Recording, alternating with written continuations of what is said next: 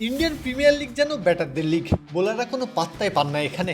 তাদের বলার মতো গল্প রচিত হয় না এখানে। এত ব্যাটারদের ভিড়ে অবশেষে যেন নিজের পরিচয় আলাদা করে নিলেন মহসিন খান।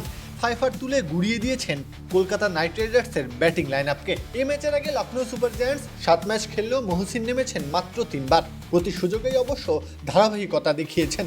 রানবন্যার আইপিএলে 2 ম্যাচে তার ইকোনমি ছিল বিস্ময়করভাবে 6-এর নিচে। এদিন দ্বিতীয় ওভারে বল হাতে পান মহসিন খান। সেখানে ব্যাটারদের টুটি চেপে ধরেন।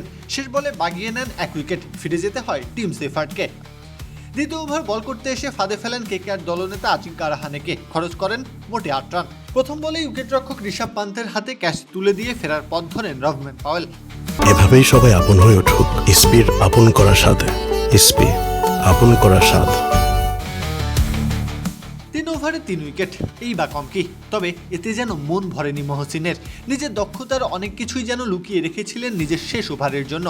ইনিংস বড় করার পথে থাকা ক্যামেরন গ্রিনকে ফেরান পঞ্চম বলে। শেষ বলে অনুকূল রায়কে ফিরিয়ে কোটা শেষ করেন 23 রানে 5 উইকেট নিজের ঝুলিতে পুরে। বাউন্সার হোক কিংবা গুড লেন্থের বল, মহসিন যেন বারুদ ছোড়েন দৌড়ে এসে।